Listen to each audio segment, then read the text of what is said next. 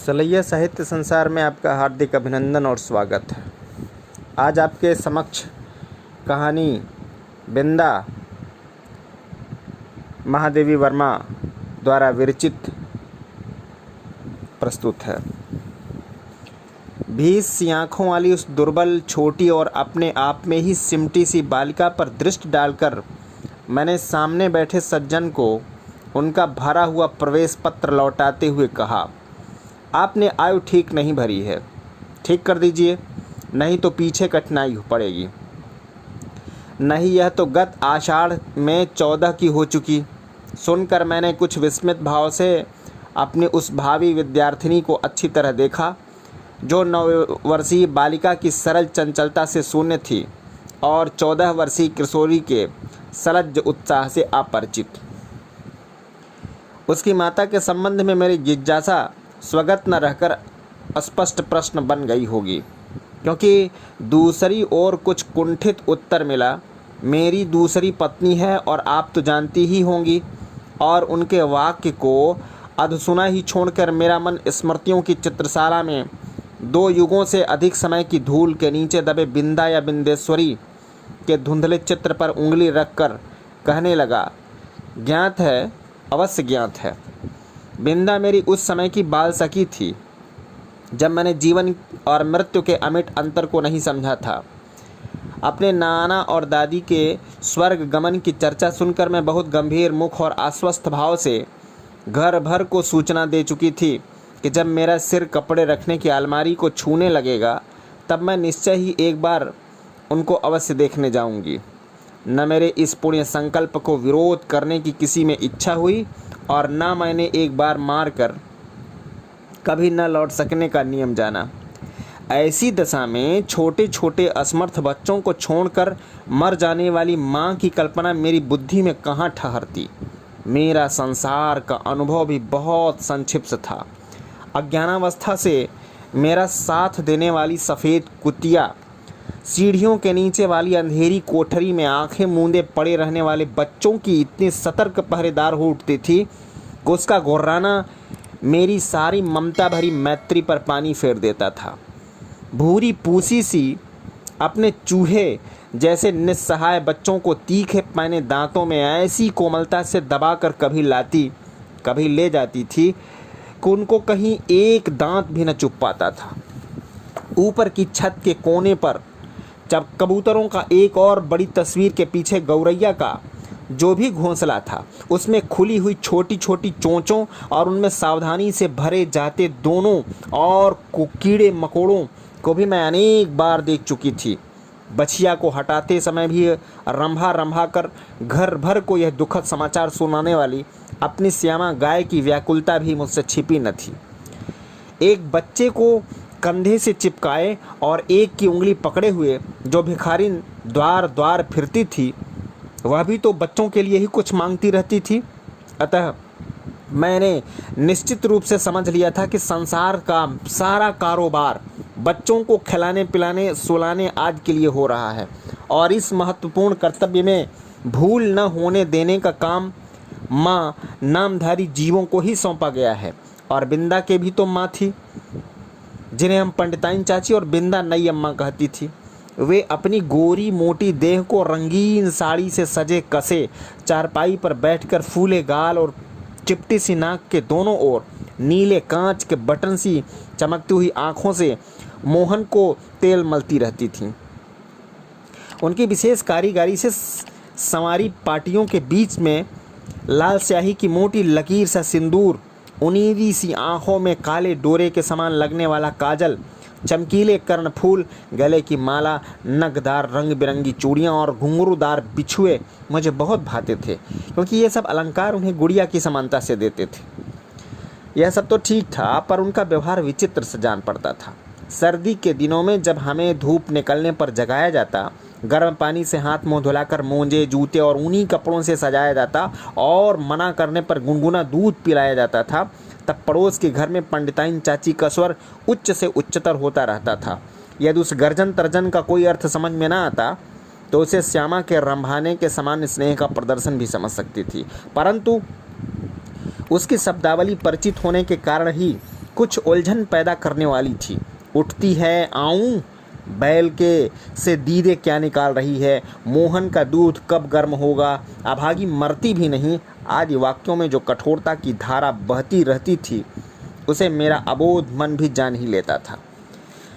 जब कभी मैं ऊपर की छत पर जाकर उस घर की कथा समझने का प्रयास करती, तब मैली धोती लपेटे हुए बिंदा ही आंगन से चौके तक फिरकनी की तरह नाचती दिखाई देती। उसका कभी झाड़ू देना, कभी आग जलाना, कभी आंगन के नल से कलसी में पानी लाना, कभी नई अम्मा को दूध का कटोरा देने जाना मुझे बाजीगर के तमाशे जैसा लगता था, क्योंकि मेरे लिए तो ये सब कार्य असंभव से थे। पर जब उस विस्मित कर देने वाली कौतुक की उपेक्षा कर पंडिताइन चाची का कठोर स्वर गूंजने लगता, जिसमें कभी कभी पंडित जी की घुड़की का पुट भी रहता, तब न जाने किस दुख की छाया मुझे घेरने लगती थी, जिसकी सुशीलता का उदाहरण देकर मेरे नटखटपन को रोका जाता था। वही बिंदा घर में चुपके कौन सा नटखटपन करती रहती, इसे बहुत प्रयत्न करके मैं समझ न पाती थी।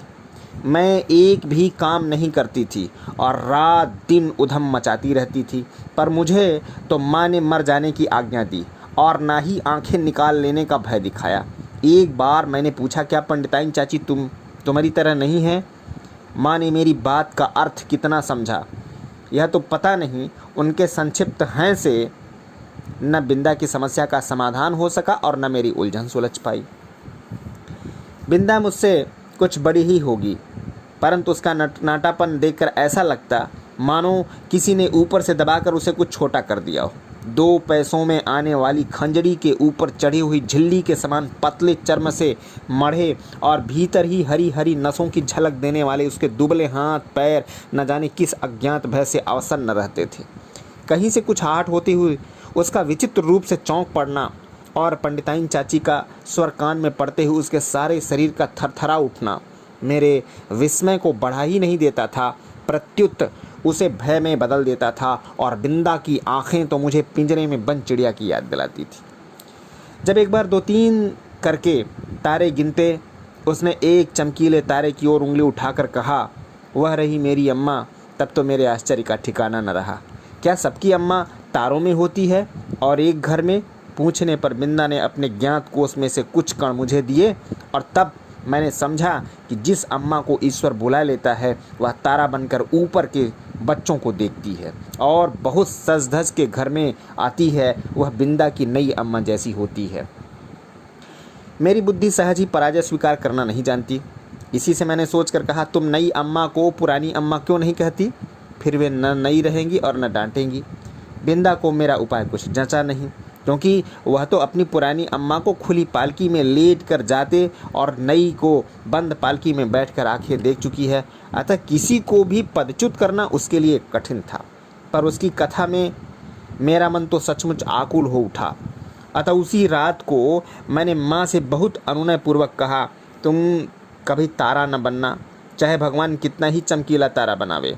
माँ बेचारी मेरी विचित्र मुद्दा पर विस्मित होकर कुछ बोल भी न पाई थी कि मैंने अकुंठित भाव से अपना आशय प्रकट कर दिया, नहीं तो पंडिताइन चाची जैसी नई अम्मा पालकी में बैठकर आ जाएंगी और फिर मेरा दूध, बिस्कुट, जलेबी सब बंद हो जाएगी और मुझे बिंदा बनना पड़ेगा। माँ का उत्तर तो मुझे स्मरण नहीं, पर इतना याद है कि उस रात उनकी धोती का छोर मुट्ठी में दबाकर मैं सो गई। बिंदा के अपराध तो मेरे लिए अज्ञात थे, पर पंडिताइन चाची के न्यायालय से मिलने वाले दंड से सब रूपों से मैं परिचित हो चुकी थी। गर्मी की दोपहर में मैंने बिंदा को आंगन की जलती धरती पर बार बार पैर उठाते रखते हुए घंटों खड़े देखा था। चौके के खंभे से दिन भर बंधा पाया और भूख से मुरझाए मुख के साथ पहरों नई अम्मा और खटोले में सोते मोहन पर पंखा झलते देखा था। उसे अपराध का ही नहीं, अपराध के अभाव का भी दंड सहना पड़ता था। इसी से पंडित जी की थाली में पंडिताइन चाची का ही काला मोटा और घुंघराला बाल निकलने पर भी दंड बिंदा को मिला। उसके छोटे छोटे हाथों से धुल न सकने वाले उलझे तेलहीन बाल भी अपने स्वाभाविक भूरेपन और कोमलता के कारण मुझे बड़े अच्छे लगते थे। जब पंडिताइन चाची की कैंची ने उन्हें कूड़े के ढेर पर बिखरा कर उनके स्थान को बिल्ली की काली धारियों जैसी रेखाओं से भर दिया, तो मुझे रुलाई आने लगी। पर बिंदा ऐसे बैठी रही मानो सिर और बाल दोनों नई अम्मा के ही हों। और एक दिन याद आता है, चूल्हे पर चढ़ाया हुआ दूध उफना जा रहा था।